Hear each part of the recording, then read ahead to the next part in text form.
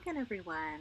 Today I am just profiling this one ink from Lennon toolbar called Atmospheric Night Sky, and it is a waterproof ink as indicated. I'm doing another voiceover today, so if the video seems a little disjointed from what I'm saying, that's why. It comes with this beautiful little swatch, I guess, of the ink in there. The packaging is really pretty. And there is the bottle, which is really, really beautiful. So, like it said, it is waterproof ink. This makes for a really good sketching ink. I've really been liking these Lennon Toolbar inks. I've found that they flow really smoothly, even smoother than a lot of other document or permanent inks, including Diatramentis, which can sometimes be a little dry, and Platinum Carbon Black, which can be a little gunky after a while. The permanent inks in this atmospheric line for Lennon Toolbar have all been really nice. And this is a really nice, I mean, it's a dark blue, but I would call it more of sort of like a mid-tone blue almost. It's really nice, and I've since used it for sketching, and it's worked quite well. One thing to watch out for with this ink, though, and before I get there, I should say that I am swatching this both in the ink swatch book that I normally use for ink swatches, and I will put a link down below to that setup. This is the automatic pen that I have linked in that video there if you're interested in that. And then I'm also swatching this ink on the Coloring swatch sheets. And it's kind of nice because you get two different representations of the color.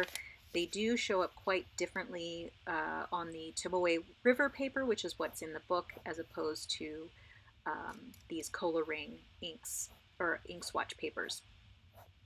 So I was saying one thing to look out for with this ink. So I've actually put this in a couple of demonstrator pens, and it left a pink tinge in the pen. I haven't tried anything other than rinsing it with water at this point, but I at some point I do plan to maybe use like a pen flush or something to see if it will get that staining off. But it's pretty much stained pink, which is kind of interesting because this is a blue ink, so why is it staining pink? I don't know, but I did want to warn you about that in case you do want to put this in a demonstrator or clear pen. You will get some pink staining on your pen, and it's still to be determined as to whether or not you can get it off the pen. I mean, it's not terrible. I'll probably show that when I end up showing the pens that I put this in. But, and this glass dip pen, I believe I have linked in that video where I talk about the setup here. So that's what I'm using today. And you can see a little bit on the jar how there's sort of like a purplish pink tinge to this color. I haven't done the chromatography for this ink, but I probably should at some point to just see, you know, where that pink is in the spectrum there, because there's clearly some pink in there, even though you can't really see it in these swatches. But it definitely is permanent. I have tested this with water, and you have to let it dry fully, but once it's dried fully, which doesn't take very long, you can put water over it, and it will not run at all. So you could use this with watercolor.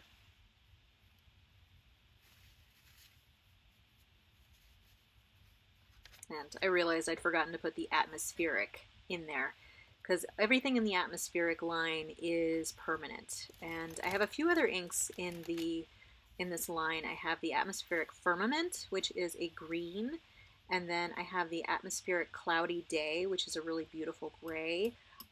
Both have been great for watercolor sketching or using for other water-based media if you want to sketch with that.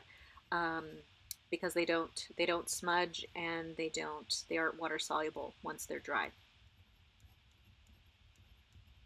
And I would say this is probably sort of in the middle between wet and dry running ink. The firmament, which is that green, definitely runs very wet, but this is not as wet as that. And I would say the atmospheric cloudy day, which is the gray, is also, you know, sort of in the middle, like this one.